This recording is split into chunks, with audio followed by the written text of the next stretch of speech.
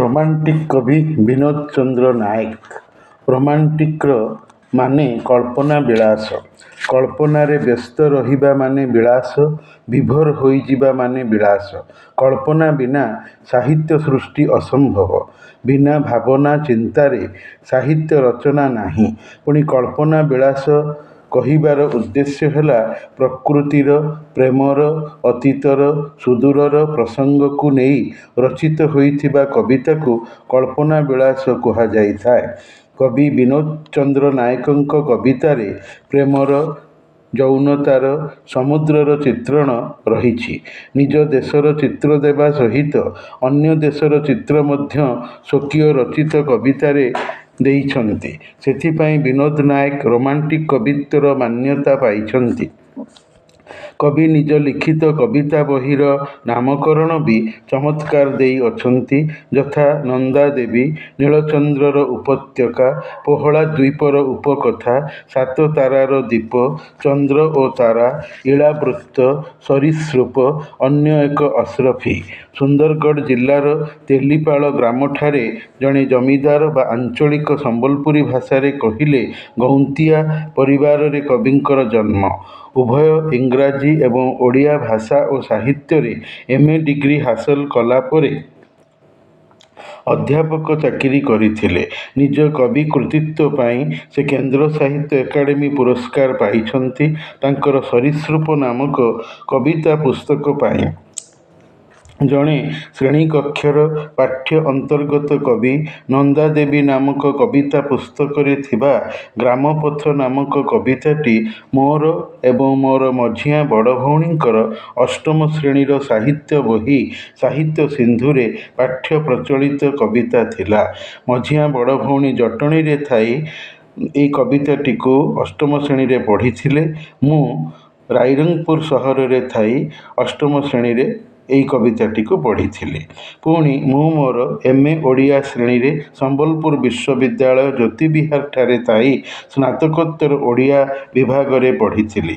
ବିନୋଦ ନାୟକ ପଶ୍ଚିମ ଓଡ଼ିଶାର ଅଧିବାସୀ ଥିବାରୁ ସମ୍ବଲପୁର ବିଶ୍ୱବିଦ୍ୟାଳୟ ତାଙ୍କର କବିତାମାନଙ୍କୁ ବହୁଳତର ଶ୍ରେଣୀକକ୍ଷରେ ପାଠ୍ୟକ୍ରମରେ ରଖିଥାଏ। ଗ୍ରାମପଥକୁ ଛାଡ଼ିଦେଲେ ତାଙ୍କର ମେଘ ସଞ୍ଚାର, ସରୀସୃପ, ଚନ୍ଦ୍ରଲୋକରେ ସନ୍ଧ୍ୟା, ଇଳାବୃତ୍ତ, ସୁମେରୁରେ ସନ୍ଧ୍ୟା, ବେଳାଭୂମିର ପକ୍ଷୀ ନାମିତ କବିତାଗୁଡ଼ିକ ଶ୍ରେଣୀକକ୍ଷର ପାଠ୍ୟକ୍ରମରେ ପଢ଼ାଯାଇଥିଲା। ବିନୋଦ ନାୟକ ଅପର ଲୋକପ୍ରିୟ କବି। ମୋର ଅନ୍ୟତମ ପ୍ରିୟ କବି ଥିବା କାରଣରୁ ତାଙ୍କର କିଛି ନାମୋଲ୍ଲେଖିତ କବିତା, ଯାହାକି ମୋତେ ପଢ଼ିସାରିବା ପରେ ଭଲ ଲାଗିଛି, ହୃଦୟସ୍ପର୍ଶୀ ମନେ ହୋଇଛି, ସେହିଭଳି କବିତାମାନଙ୍କର ବିଷୟବସ୍ତୁଗତ ଉପସ୍ଥାପନା ଜରିଆରେ କବି ବିନୋଦ ଚନ୍ଦ୍ର ନାୟକଙ୍କର ଅମଳିନ କବି ପ୍ରତିଭାର ମୂଲ୍ୟ ନିର୍ଦ୍ଧାରଣ କରାଯାଉଅଛି। ଯେଉଁ M.A. ଓଡ଼ିଆ ଶ୍ରେଣୀରେ ପାଠ ପଢ଼ୁଥିବା ପିଲାମାନେ ଆଧୁନିକ ଓଡ଼ିଆ କବିତାକୁ ନିଜର ବିଶେଷ ପତ୍ର ବା ସ୍ପେସିଆଲ ପେପର ଭାବରେ ନେଇଛନ୍ତି, ତଥା ଓଡ଼ିଆ କବିତାକୁ ଭଲ ପାଉଥିବା ବ୍ୟକ୍ତିବିଶେଷଙ୍କର ସ୍ୱଳ୍ପରେ ବିନୋଦ ନାୟକଙ୍କୁ ଜାଣିବାରେ ସହାୟକ ହେବ। ବିନୋଦ ନାୟକଙ୍କ କବିତାଗୁଡ଼ିକ ଅଧିକାଂଶତଃ ବେଶ ଆକର୍ଷଣୀୟ ତଥା ମନମୁଗ୍ଧକର ଶୈଳୀ ଭଙ୍ଗୀରେ ରଚିତ ହୋଇଥାନ୍ତି। ପଢ଼ିବାକୁ ମନରେ ଆଗ୍ରହ ସୃଷ୍ଟିକାରୀ ହୋଇଛନ୍ତି। ପ୍ରଥମ କବିତା ମୁଁ ନେଇଛି ଗ୍ରାମପଥ। ଗ୍ରାମପଥ ନୁହେଁ, ଏହା ମନୁଷ୍ୟ ଜୀବନର ବିତାନ ଅତିବାହିତ ପଥ। ଏହି କବିତା ରଚନା କରି କବି ବିନୋଦ ଅବିସ୍ମରଣୀୟ, ଲୋକପ୍ରିୟ, କାଳଜୟୀ, ଅନନ୍ୟ ପ୍ରତିଭାଧର ହୋଇ ରହିଛନ୍ତି। କବିତାର ପ୍ରଥମ କିଛି ଧାଡ଼ି ହେଲା ଦୂରେ ତାଳ ବଣ ଆକାଶେ ଶୁଣାଏ ମାଟିର କବିତା କିସେ ଏ ପଥ ତହିଁ ଦିଗନ୍ତେ ମିଶେ କ୍ଷେତ ପରେ କ୍ଷେତ ବେଣାରେ ଜଟିଳା ପାଟ ପାଟ ପରେ ବଣ ବଣ ପାରି ହେଲେ ମାମୁଁ ଘର ଗାଁ ଦିଶେ ଶିମୁଳି ଶାଖାରେ ବାହୁନେ କପୋତୀ ଉଠ ପୁତା ଉଠ ଉଠ ପୂରିଲାଣି ମାଣ ଆସିବା ଜନର ସାକ୍ଷୀଏ ପଥ ଫେରିବା ଜନର ବନ୍ଧୁ ସନ୍ନ୍ୟାସୀ ସେ କି ଭିତରି କରୁଣା ଧନ। ଅତି ଚମତ୍କାର କବିତା ଓଡ଼ିଶାର ଗ୍ରାମ୍ୟ ଜୀବନର ଛିନ୍ନ ଚିତ୍ର କେତୋଟି ପ୍ରଦାନ କରାଯାଇଅଛି କବିତାଟିରେ। ଗ୍ରାମପଥ ବା ଗାଁ ରାସ୍ତାର ଭୌଗୋଳିକ ଅବସ୍ଥିତି କଥା ଦେଇ କବି କହିଛନ୍ତି। ଗାଁ ରାସ୍ତାଟି ଗାଁ ଭିତର ଦେଇ କ୍ଷେତ, ବିଲ, ପୋଖରୀ, ବଣ ପାରି ହୋଇ ଖୋଲା ପଡ଼ିଆରେ ଯାଇ ମିଶିଯାଇ ନିଶ୍ଚିହ୍ନ ହୋଇଯାଇଛି। ଯେଉଁ ପଡ଼ିଆରେ ଦୂରରେ ଧାଡ଼ି ଧାଡ଼ି ତାଳଗଛମାନ ଶ୍ରେଣୀବଦ୍ଧ ରହିଛନ୍ତି, ମାଟିର ବାର୍ତ୍ତା ବା ଖବରକୁ ଆକାଶରେ ଯାଇ କହିଛନ୍ତି। ଉଚ୍ଚ ଉଚ୍ଚ ଡେଙ୍ଗା ଡେଙ୍ଗା ଥିବା କାରଣରୁ ଟେଲିଫୋନ୍ ହୋଇଯାଏ। ଶିମୁଳି ଗଛର ଶାଖାରେ ଡାଳରେ ନିରୀହ କପୋତ ପକ୍ଷୀଟିଏ ବାହୁନି ବାହୁନି କାନ୍ଦିକି ତାର ମରିଯାଇଥିବା ଛୁଆକୁ ବୃଥା ଉଠାଇବାକୁ ଚେଷ୍ଟା କରୁଥିବାର ଭାବ୍ୟଚିତ୍ର ଦେଇଛନ୍ତି। ଲୋକକଥାର ଉଦାହରଣ ଦେଇଛନ୍ତି। କାଉ ଛୁଆ ଏବଂ କପୋତ ଛୁଆକୁ ମାଣେ ମାଣେ ଧାନ ଦେଇ ଢେଙ୍କିରେ କୁଟି ଆଣିବାକୁ ସେମାନଙ୍କ ମା କହିଛନ୍ତି। କାଉ ଛୁଆ ଭାରି ଚାଲାକ ଥିବାରୁ ଯେତିକି ଧାନକୁ ସେତିକି ଚାଉଳ କରି ତା ମା'କୁ ଆଣି କୁଣ୍ଡା ଉପରେ ବିଛେଇ ଦେଲା।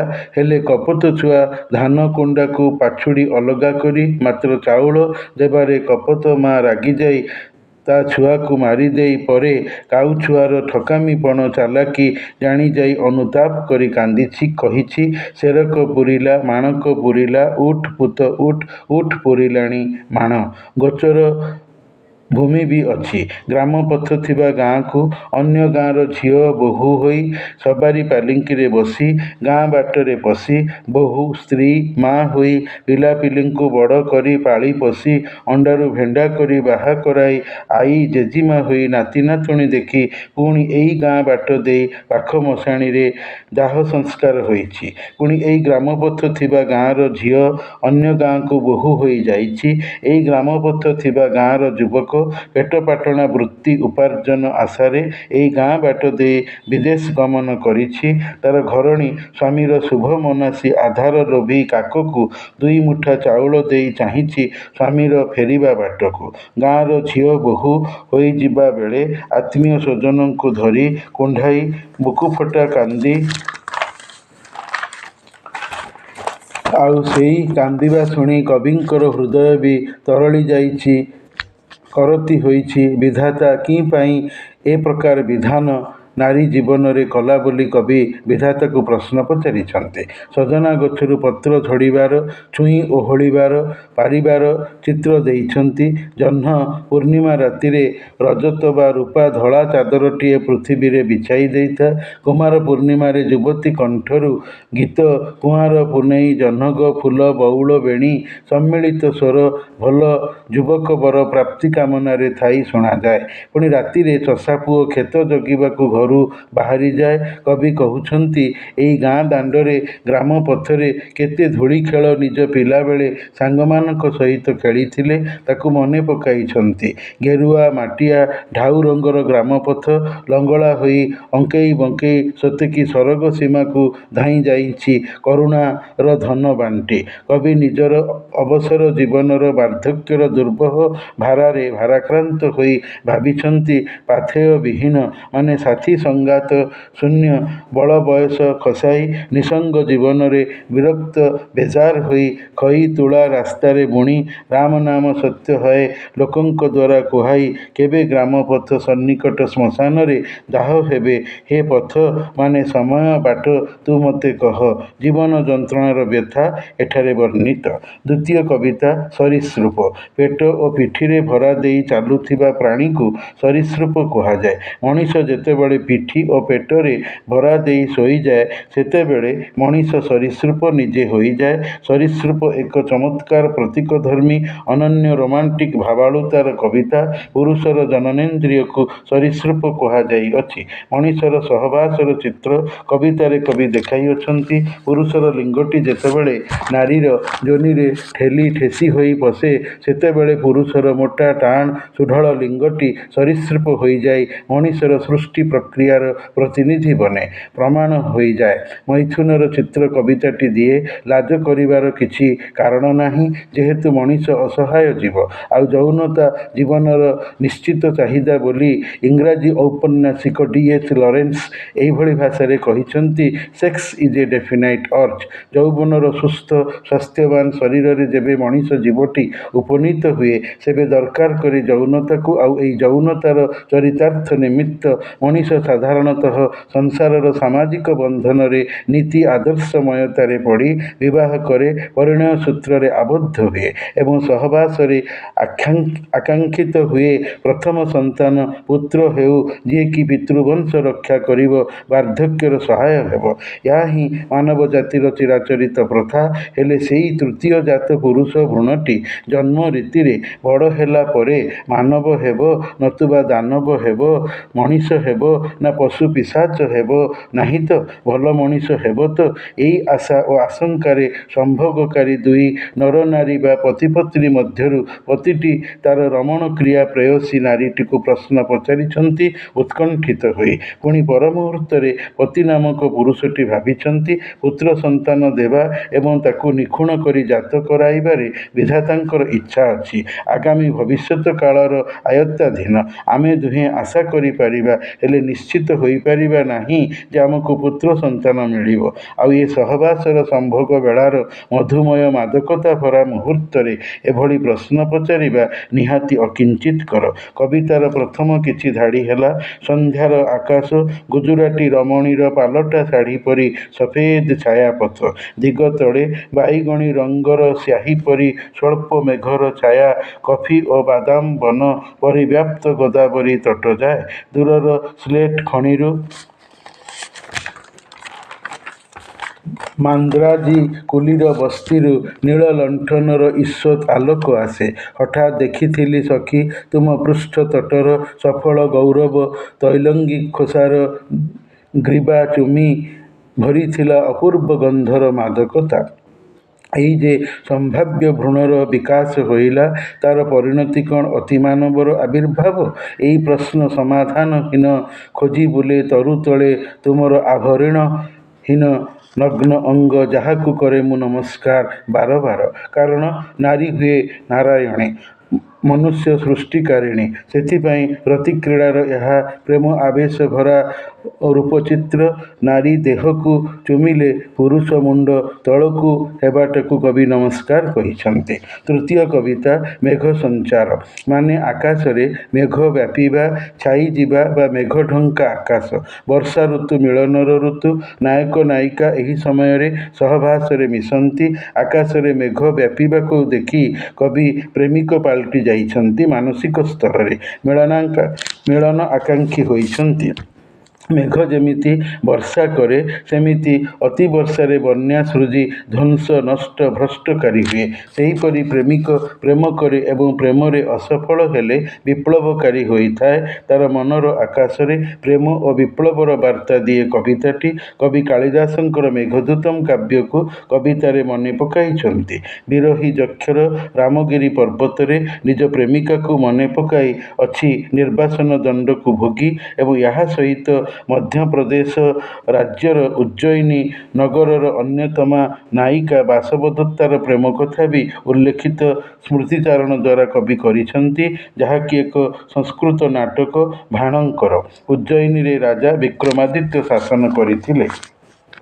କଶ୍ମୀର କି କଲି ନାମକ ହିନ୍ଦୀ ସିନେମା ଗୀତରେ ଅଛି ମହମ୍ମଦ ରଫିଙ୍କର କଣ୍ଠରେ କି ଦୀୱାନା ହୁଆ ବାଦଲ सावन की घटा छाई, ये देख के दिल झूमा ले प्यार ने अंगड़ाई, दीवाना हुआ बादल। ଏହି ଚେତନା କବିତାଟିରେ ବର୍ଣ୍ଣିତ। ଚତୁର୍ଥ କବିତା ଚନ୍ଦ୍ରଲୋକରେ ସନ୍ଧ୍ୟା।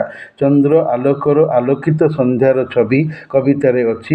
କବି ଚନ୍ଦ୍ରଚର୍ଚ୍ଚିତ ରଜନୀରେ ବସି ଚନ୍ଦ୍ର ଆଲୋକ ପଡ଼ିଥିବା ପୃଥିବୀର ଅଞ୍ଚଳମାନଙ୍କର କିଛି ଦୃଶ୍ୟ ବର୍ଣ୍ଣିଛନ୍ତି। ଚନ୍ଦ୍ରକିରଣ ପୃଥିବୀରେ ପଡ଼ି ଛାଇ ଆଲୁଅର ବିଚିତ୍ର ରହସ୍ୟମୟ ଦୃଶ୍ୟ ସର୍ଜିଛି। ଖୋଲା ପଡ଼ିଆରେ ଜହ୍ନରାତି ସଫା ଦିଶୁଛି। ବଣ ଜଙ୍ଗଲରେ ଛାପି ଛିପିକିଆ ଚନ୍ଦ୍ରକିରଣ ପଡ଼ିଛି। କବି ଏହି ଜହ୍ନରାତିର ପତିତ ପରିବେଶକୁ ଦେଖି ପୃଥିବୀର ଏ ଲୋକ ବା ସଂସାର ନୁହେଁ, ଏହା ହେଉଛି ଚନ୍ଦ୍ରର ସଂସାର, ଲୋକ ବା ଭୂମି। କେଉଁଠି ମଶାଣିକୁ କବି ଦେଖିଛନ୍ତି, ଯାହାକି ମଣିଷର ଶେଷ ଚରମ ସ୍ଥିତି। ମଣିଷ ମଲା ପରେ ମଶାଣିରେ ପୋଡ଼ା ହୋଇଥାଏ, ପରଲୋକ ସଂସାରରେ ଯାଇ ମିଶିଥାଏ। ଚନ୍ଦ୍ର ଆକାଶରେ ଉଦୟ ସ୍ଥିତିରେ ଉପରକୁ ଯାଇ ତୋରଣଟିଏ ବା ଗେଟ୍ଟିଏ ସୃଷ୍ଟି କରିଛି। ସନ୍ଧ୍ୟା ଆସୁ ନ ଆସୁଣୁ ଚନ୍ଦ୍ର ଉଦିତ ହୋଇ ଆକାଶରେ ଦେଖାଗଲାଣି। ମରୁଭୂମିରେ, ଆଗ୍ନେୟଗିରିରେ, ପାହାଡ଼ ପର୍ବତରେ, ସମତଳ ଭୂମିରେ, ଜଙ୍ଗଲରେ, ସହର ମଫସଲ ସର୍ବତ୍ର ଜହ୍ନକିରଣ ପତିତ ହୋଇଛି। ଅପୂର୍ବ ରୋମାଞ୍ଚ ଭରା ମାୟା ସୃଷ୍ଟି କରିଛି। ବେଶ୍ୟାଳୟରେ ବେଶ୍ୟାପ୍ରୀତି ଓ ସହର ବଜାରରେ ଲୋକ ଚଳାଚଳ, ବଜାର ହାଟ, କିଣା ବିକା, ଗହଳ ଚହଳ ଚାଲିଛି। ଅଦିନ ମେଘ ସିନେମାର ଗୀତରେ ଅଛି, ଏହି ଭରା ଜହ୍ନରାତି ଝୁରା ମନ ଝରା ଗୀତି, ଦୁଇ ମୋର ଦିଗହଜା ସୁର, ଅଭୁଲା ଅଲିଭା ପ୍ରୀତି। ସେହିଭଳି ଚନ୍ଦ୍ରଚର୍ଚ୍ଚିତ ରଜନୀର ଏ ମୋହଭରା ସଙ୍ଗୀତ ପଦ୍ୟ ଜୀବନର ବୈଚିତ୍ର୍ୟପୂର୍ଣ୍ଣ ବାର୍ତ୍ତା ଦିଏ। କବିତାଟି ଏକଦା ସମ୍ବଲପୁର ବିଶ୍ୱବିଦ୍ୟାଳୟ ଏହି ଚନ୍ଦ୍ରଲୋକର ସନ୍ଧ୍ୟାଟି BA ଓଡ଼ିଆ ଅନର୍ସ ଶ୍ରେଣୀରେ ପାଠ୍ୟକ୍ରମରେ ପ୍ରଚଳିତ ରଖିଥିଲା। ପଞ୍ଚମ କବିତା ନାଗୁଣୀ କନ୍ୟାର କାହାଣୀ। ସାପୁଆ କେଳୁଣୀ ଯୁବତୀ ନାରୀର ବୃତ୍ତିଗତ ଜୀବନଚିତ୍ର ଦୃଶ୍ୟରୀତିରେ କବିତାରେ ବର୍ଣ୍ଣିତ। ଯାଯାବର ବାରବୁଲା ଜୀବନ କେବଳ ପେଟପାଟଣା ପାଇଁ। ଗାଁ ଗାଁ ବୁଲି ସାପଖେଳ ଦେଖାଉଥିବା ଜଣେ କେଳା ଯୁବତୀ ନାରୀ ପେଡ଼ିରୁ ସାପ କାଢ଼ି ଉପସ୍ଥିତ ସମବେତ ଦର୍ଶକଙ୍କୁ ସାପ ନଚାଇ ଖେଳ ଦେଖାଉଥିବା ବେଳେ ଲକ୍ଷ୍ୟ କରିଛି ଅନେକ କଥା। ଜଣେ ତରୁଣ ଯୁବକ ସାପଖେଳ ଦେଖିବା ବଦଳରେ କେଳୁଣୀ ଯୁବତୀ ନାରୀର ଛିଣ୍ଡା ବ୍ଲାଉଜ ତଳୁ ତା'ର ହାତ ଓ ବାହୁର ସଞ୍ଚାଳନରେ ଉଠ୍ପଡ଼ ହେଉଥିବା ଛାତି କାଖକୁ ମନୋଯୋଗ ଦୃଷ୍ଟି ଦେଇଥିଲା। ଯୌନ ବିକୃତିର ମନନଶୀଳ ଚାହାଣି। ପୁଣି କେଳା ଯୁବତୀ ଯୁବକ ଦଳ ନାରୀ ପୁରୁଷମାନେ ଗଛ ତଳେ ଡେରା ପକାଇ ଗାଁ ନିକଟ ପୋଖରୀରେ ଗାଧୋଉଥିବା ଠିଆ ହୋଇଥିବା ବୋହୂକୁ ଦେଖି ନିଜର ଯାଯାବର ବାରବୁଲା ବଞ୍ଜାରା ଜୀବନରେ ବିରକ୍ତ ହୋଇ ଅତିଷ୍ଠ ହୋଇ ବୋହୂଟି ଭଳି ସ୍ଥାୟୀ ଜୀବନ, ସ୍ୱାମୀ ଶାଶୁର ଦିଅର ନଣନ୍ଦ ଧରି ଏବଂ ଘରକରଣାର ଆରାଧନାଯୁକ୍ତ ପରିପୂର୍ଣ୍ଣ ସଞ୍ଜବତୀର ପାରିବାରିକ ଜୀବନଚିତ୍ରକୁ ଅତିବାହିତକୁ ଚାହିଁଛି ଓ ରାତିରେ ଅନ୍ଧାର ଘରେ ସ୍ୱାମୀର ଚଉଡ଼ା ବଳିଷ୍ଠ ଛାତି ଓ ଦେହରେ ସମ୍ଭୋଗ ଶୃଙ୍ଗାରର ଲତା ହୋଇ ଲୋଟେଇ ହେବାର ମନୋଭାବ ପୋଷିଛି। ଘର ଘାଟର ଜୀବନ ଆଶାୟିନୀ ହୋଇଛି, ଭ୍ରମଣପ୍ରିୟ ଜୀବନକୁ ଚାହିଁନି। ଷଷ୍ଠ କବିତା ସେଲିମର ସ୍ୱପ୍ନ। ବିରହ ପ୍ରେମର ଶୋକଗୀତିକାର ଏଲିଜି। ଆରବ ଦେଶର ମରୁଭୂମିର କୁଲିଗ୍ରାମର ସମ୍ପ୍ରଦାୟିତ ଜଣେ ମୁସଲମାନ ଯୁବକ ସେଲିମ, ମୌଲବୀ କନ୍ୟା ଜାହାନ୍ନାରାକୁ ପଡ଼ୋଶୀ ବାସିନ୍ଦାରେ ଥାଇ ପିଲାବେଳରୁ ଏକାଠି ବୁଲିବା, ସ୍କୁଲ ଯିବା, ସାଥୀ ହୋଇ ଖେଳିବାରେ ସ୍ୱପ୍ନ ଦେଖିଥିଲା। ଯୌବନରେ ବଡ଼ ହୋଇ ପ୍ରେୟସୀ ପ୍ରେମିକାକୁ ବାହା ହୋଇ ପାରିବାରିକ ଦାମ୍ପତ୍ୟ ଜୀବନ ବିତାଇବ। ହେଲେ ସେଲିମର ଯୌବନର ପ୍ରେମର ସ୍ୱପ୍ନ ସଫଳ ହୋଇନାହିଁ। ମୌଲବୀ କନ୍ୟା ଜାହାନ୍ନାରା ଆଉ କାହାକୁ ବାହା ହୋଇ ଚାଲିଯାଇଛି। ଅନ୍ୟ କେଉଁ ଅଙ୍ଗୁର ଉଦ୍ୟାନର ଫଳ ହୋଇଛି। ଏଣେ ବିରହୀ ପ୍ରେମିକ ସେଲିମ ତା'ର ପିଲାବେଳର ନିଃସଙ୍ଗ ଜୀବନର ଏକାକୀ ସାଥୀ ବଂଶୀ ବଜାଇ ଅତୀତର ମଧୁମୟ ପ୍ରେମର ସ୍ମୃତି ମନେ ପକାଇ ରୋମନ୍ଥିତ କରି ଚାଲିଛି। କେମିତି ଜାହାନ୍ନାରା ଓ ସେ ଏକତ୍ର ଧୂଳି ଖେଳ ଖେଳୁଥିଲେ। ସେଲିମ ଅନେକ ଥର ଜାହାନ୍ନାରାର ଅନୁରୋଧ ରକ୍ଷା କରି ପଢ଼ା ବହିରୁ ପଢ଼ିଥିବା ପ୍ରାଇମେରୀ ଶ୍ରେଣୀର ହାରୁନ ଅଲ ରସିଦ ରଜାପୁଅ ଓ ଅମିନାର ପ୍ରେମ କାହାଣୀକୁ ଶୁଣାଇ ଜାହାନ୍ନାରାକୁ ଦୁଃଖ ଭାବନାରେ କନ୍ଦାଇଥିଲା।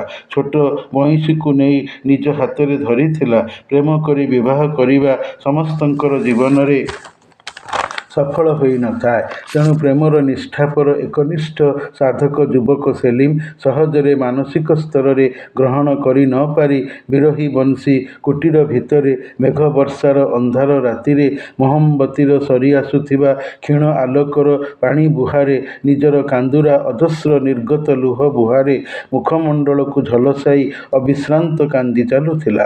ମନ ତାର ବୁଝୁନଥିଲା କବିତାଟି କରୁଣ ରସର ଥିବାରୁ ଏବଂ କବିଙ୍କ ରଚନାଶୈଳୀର ଚମତ୍କାରିତା କବିତାଟିକୁ ଉଚ୍ଚକୋଟୀର କରାଇ ପାରିଛି। ଇଂରାଜୀ କବି ପର୍ସି ବାଇଶି ସେଲି ଯେଉଁ କହିଛନ୍ତି our sweetest songs are those that tells saddest thoughts, ଆମର ସେହି ସଙ୍ଗୀତ ଗୁଡ଼ିକ ମହାନ ଯାହାକି ଆମକୁ ଦୁଃଖରେ ଅଭିଭୂତ କରାଏ, ସେହି ଅନୁକ୍ରମ କବିତାରେ ଅଛି।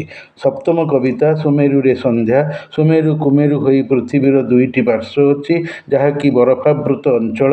ସ୍ଲେଜ୍ ଗାଡ଼ିରେ ବସି ଏସ୍କିମୋ ଘରଣୀ ଯିବା ଆସିବା କରେ। ସୁଦୂରବର୍ତ୍ତୀ ଚେତନା ପ୍ରଦାନ ଏହି କବିତାଟିରେ କବି ବରଫ ବାସିନ୍ଦା ଅଧିବାସୀମାନଙ୍କର ଜୀବନ ଅତିବାହିତର ଚିତ୍ର ଦେଖାଇଛନ୍ତି। ଇଗ୍ଲୁ ହେଉଛି ତଦୀୟ ବା ତାଙ୍କର ଘର ବସତି ସ୍ଥାପନର ଗୃହ। ସନ୍ଧ୍ୟା ବିତିଯିବା ପରେ ରାତି ଓ ସକାଳର ଛବି ଅଛି। ପାତି ମାଂସ ତରକାରୀର ରନ୍ଧନର ବର୍ଣ୍ଣନା ବି ଦେଇଛନ୍ତି। ଅଷ୍ଟମ କବିତା ଇଳାବୃତ୍ତ। ଇଳା ମାନେ ପୃଥିବୀର ଅନ୍ୟ ନାମ, ଆଉ ବୃତ୍ତ ମାନେ ପୃଥିବୀର ପରିଧି ବା ସେଥିରେ ମଣିଷର ବସତି। ମଣିଷର ଏହି ପ୍ରକାର ସାମାଜିକ ବା ସାମୂହିକ ବସତିରେ କବିଙ୍କର ରୋମାଣ୍ଟିକ କଳ୍ପନାପ୍ରବଣ ପ୍ରେମିକ ମନ ଅବିଶ୍ୱାସମୟତା, ପ୍ରତିଘାତ, ଅସୂୟା, ହିଂସା, ବ୍ୟଭିଚାରରେ ବିରକ୍ତ ଅତିଷ୍ଠ ହୋଇ ଆଉ ଏକ ଭିନ୍ନ ପୁନଶ୍ଚ ପୃଥିବୀ, ବୃତ୍ତ ବା ଇଲାକା ଅଞ୍ଚଳର ପରିକଳ୍ପନା କରିଛି। ଆକାଶକୁ ଚାହିଁ ଉପରକୁ ଅନାଇ ଯେଉଁଠି କେବଳ ହିଁ ପ୍ରେମ ଥିବ, ପ୍ରତାରଣା ବିଷଜ୍ୱାଳା ନଥିବ, ଦୁଃଖ ବେଦନା ଦୂରେଇ ଯାଇଥିବ, ପ୍ରେମ ଆବେଶ ଆବେଗରେ ମନ ବୁଡ଼ିଥିବ, କେବଳ ପ୍ରେମିକ ପ୍ରେମିକା ଦୁହେଁ ରହିଥିବେ, ଯେଉଁଥିପାଇଁ କବି ଗାଇଛନ୍ତି ବାହିନେ ବାହିନେ ଆକାଶ ନାବିକ ଇଳାବୃତ୍ତର ପରପାରେ, ସାଗର ଶୋଭନା ଭୂଦେବୀ ସୈକତେ, କରୁଣ ନୟନେ ଚାହାନାରେ ଆକାଶ ସଞ୍ଚାରୀମାନେ ଆକାଶକୁ ଚାହିଁ ଆକାଶର ନୀଳବର୍ଣ୍ଣ ପାଇଁ ଆକାଶକୁ ସାଗର ସହିତ କବି ତର୍କଣା କରିଛନ୍ତି। କବି ମନ ନାବିକର କଲମ ହୋଇଛି ଆହୁଲା, ଅନନ୍ୟ କବିଙ୍କ କଳ୍ପନା। ସମ୍ବଲପୁର ବିଶ୍ୱବିଦ୍ୟାଳୟ କବିତାଟିକୁ MA ଶ୍ରେଣୀରେ ପାଠ୍ୟ ପ୍ରଚଳିତ କରିଥିଲା କେଉଁ ଅତୀତ କାଳରେ। ନବମ କବିତା ଗୋଧୂଳିର ଗୃଧ୍ର ଛାୟା। ସମୁଦ୍ରର ବର୍ଣ୍ଣନା, ସମୁଦ୍ର ଯାତ୍ରାର ଚିତ୍ର ବିନୋଦ ନାୟକଙ୍କ କବିତାରେ ବେଶୀ ଦେଖାଯାଏ। ସନ୍ଧ୍ୟା ସମୟରେ ମୋଥ୍ ଆୱାରର ଗୋଧୂଳି ବେଳା, ଦିନ ଯିବା ରାତି ଆସିବାର ସଙ୍ଗମ ସ୍ଥଳରେ ଥାଇ ଶାଗୁଣା ବସିଛି ଡେଣା ମେଲାଇର ଗୃଧ୍ର ପକ୍ଷୀ। କବିଙ୍କର ମନ ନାବିକର ମନବିସ୍ତୃତ ଉପରେ ଆକାଶକୁ ଜାହାଜର ଉପରେ ଠିଆ ହୋଇ କୋଟି ବ୍ରହ୍ମାଣ୍ଡର ସୁନ୍ଦରୀ ଅପରୂପା ରୂପସୀ ତନ୍ୱୀ ନାରୀର ପରକୀୟା ପ୍ରୀତି କାମନା, କାମ ଚରିତାର୍ଥ ପରେ ପାପବୋଧର ଅନୁତପ୍ତ କବିତା। ଜାହାଜ ଅଟକାଇ ଦ୍ୱୀପରେ ଘରଛଡ଼ା ସ୍ତ୍ରୀ ନଥିବା, ପରିବାରଠାରୁ ଦୂରରେ ଥିବା ନାବିକ ମନରେ ପ୍ରେମଭାବ ଜାଗରିତ ହେବାରୁ ସେ ଦ୍ୱୀପକୁ ଯାଇ ଜାହାଜ ଅଟକାଇ ପରନାରୀକୁ ସ୍ତ୍ରୀ କରି ପକାଇଛି ସମ୍ଭୋଗ ଶୃଙ୍ଗାରରେ ଲିପ୍ତ ଥାଇ। ସର୍ବଦ୍ରଷ୍ଟା ଭଗବାନ ଦେଖୁଛନ୍ତି ପାପ ହୋଇଗଲା ଅନୁତାପ ଛଡ଼ା ଆଉ କିଛି ନାହିଁ। ଦଶମ କବିତା ଏକ ତାରାଚିହ୍ନ ନେଇ। ନାବିକମାନେ ଧ୍ରୁବତାରାକୁ ଦେଖି ଯାତ୍ରାର ଗତି ନିର୍ଦ୍ଧାରଣ କରିଥାନ୍ତି। ସେହି ଏକ ଧ୍ରୁବତାରା ହୋଇଛି ବିଭୁ ଆଶିଷ, ଯାହା ଥିଲେ ଯାତ୍ରା ଝଡ଼ରୁ ଦସ୍ୟୁ କବଳରୁ ସୁରକ୍ଷିତ ରହି ମଙ୍ଗଳମୟ ହୋଇପାରିବ, ଜୀବନରେ ସାଫଲ୍ୟ ଅର୍ଜିପାରିବ। ତାରା ଭାଗ୍ୟ ହୋଇଛି। 11 କବିତା ନକ୍ଷତ୍ରର ଜୟ। କବିତାରେ ସେହି ସମୁଦ୍ର ଜଳଯାତ୍ରା ସମୟରେ ନାବିକ ଜଣକ ପରକୀୟା ପ୍ରୀତି କରି ଭାଗ୍ୟରୂପୀ ନକ୍ଷତ୍ର ଭଗବାନଙ୍କ ପାଖେ ଅନୁତାପର କ୍ଷମାଭିକ ମାଗିଛି। ଘରେ ପତିବ୍ରତା ରମଣୀ ତୁଳସୀ ଚଉରା ପାଖେ ସନ୍ଧ୍ୟାଦୀପ ଜଳାଇ ପତିର ଶୁଭ ମନାସ କାମନା କରୁଥିବ, ଅଥଚ ଏଣେ ଭ୍ରଷ୍ଟ ନଷ୍ଟ ପତିତ ସ୍ୱାମୀ ପରକୀୟା ପ୍ରୀତି କରି ସ୍ତ୍ରୀ ପାଖେ ମନେ ମନେ କ୍ଷମା ମାଗି କହିଛି, ମୋତେ ତୁମେ ମାଫ୍ କରିଦିଅ। ମନର ଚଞ୍ଚଳତାରେ ପଡ଼ି ବିବେଚନା କରି ନପାରି ଗର୍ହିତ ଅପରାଧକୁ ହେ ପ୍ରଭୁ ଭଗବାନ ତୁମେ କ୍ଷମା ଦିଅ, ପତ୍ନୀ ତୁମେ କ୍ଷମା କର। 12 କବିତା ବେଳାଭୂମିର ପକ୍ଷୀ। ବିନୋଦ ନାୟକଙ୍କର କବିତା ରଚନାରେ ସମୁଦ୍ରର ଚିତ୍ର ବେଶୀ ରହିଅଛି। କବି ସମୁଦ୍ର ବୁଲିବାକୁ ଯାଇ ସମୁଦ୍ରର ବେଳାଭୂମିରେ କୂଳରେ ଉପସ୍ଥିତ ଅଛନ୍ତି। ଅସଂଖ୍ୟ ପର୍ଯ୍ୟଟକ ବି ଅଛନ୍ତି। ପକ୍ଷୀର ପ୍ରତୀକ ମଣିଷର ଆତ୍ମାର ସ୍ୱରୂପକୁ ଧରେ। ଦେହ ପଞ୍ଜୁରୀରେ ମନ ପକ୍ଷୀ ବନ୍ଦୀ। ମନ ପକ୍ଷୀର ଆତ୍ମାକୁ ଦେହରେ ଧରି ମଣିଷ ଜୀବମାନେ ଖୁସିରେ ସମୁଦ୍ର କୂଳରେ ବୁଲୁଛନ୍ତି। ଭବିଷ୍ୟତ କାଳ ପ୍ରତି ଅଜଣା ଅଜ୍ଞତା ଯୋଗୁଁ ଥାଇ କିଛି ପର୍ଯ୍ୟଟକ ସମୁଦ୍ର ଭିତରକୁ ଚାଲି ଯାଉଥିବା ଦେଖି କବି ପାଟି କରିଛନ୍ତି, ହେ ମଣିଷ ରୂପୀ ପକ୍ଷୀ ଆତ୍ମାମାନେ, ତୁମ୍ଭେମାନେ ସାବଧାନ, ସତର୍କ ଥାଅ। କାରଣ କେବେ ହୁଏତ ଉତ୍ତାଳ ବଡ଼ ବଡ଼ ତରଙ୍ଗ ଢେଉମାନ ତୁମକୁ ଟାଣି ଘୋଷାଡ଼ି ସମୁଦ୍ର ଗର୍ଭକୁ ନେଇ ଭସାଇ ନିଖୋଜ କରାଇ ଦେଇପାରେ। ତୁମେ ଖୁସି କରିବାକୁ ଆସି ତୁମ ଆତ୍ମୀୟ ସ୍ୱଜନମାନେ ଘରକୁ ଦୁଃଖ ନେଇ ଯେମିତି ନ ଫେରନ୍ତୁ, ନ ଯାଆନ୍ତୁ। ଏହି ସମୁଦ୍ରର ରୁଦ୍ରସୁନ୍ଦର ରୂପରେ ତୁମେମାନେ ବିମୋହିତ, ଆକର୍ଷିତ ହୋଇ ନ ଯାଅ। ସୁଖର ଆତିଶଯ୍ୟରେ ହଠାତ୍ ଦୁଃଖ ଆସିପାରେ, ଏହାର ଭୟ ମଧ୍ୟ ରହିଛି। ଦୂରରୁ ସମୁଦ୍ର କୂଳରେ ବୁଲୁଥିବା ବେଳେ ଛୋଟ ଛୋଟ ହୋଇ ଶରୀରରେ ଆତ୍ମାପକ୍ଷୀ ହୋଇ ଖୁସିରେ ପର୍ଯ୍ୟଟକମାନେ ବୁଲୁଛନ୍ତି। ସମୁଦ୍ର କୂଳରେ ବୁଲୁଥିବା ଉପସ୍ଥିତ ଥିବା ଲୋକମାନଙ୍କୁ କବି ବେଳାଭୂମିର ପକ୍ଷୀ କହିଛନ୍ତି। କାରଣ ଦେହ ପଞ୍ଜୁରୀରେ ଆତ୍ମା ପକ୍ଷୀ ଥିବାର ପ୍ରବାଦ ଆଗରୁ ଅଛି। ସେଥିପାଇଁ କବିଙ୍କର ଏତାଦୃଶ କଳ୍ପନା ବିଳାସିକ ଚିନ୍ତାଧାରା ପ୍ରକାଶିତ। ଏହିଭଳି ବିନୋଦ ଚନ୍ଦ୍ର ନାୟକଙ୍କର କିଛି କବିତାର ବିଷୟବସ୍ତୁଗତ ଆଲୋଚନା ଛଳରେ କବି ବିନୋଦ ନାୟକଙ୍କର କବିତାର ମାହାତ୍ମ୍ୟକୁ ଦର୍ଶାଗଲା।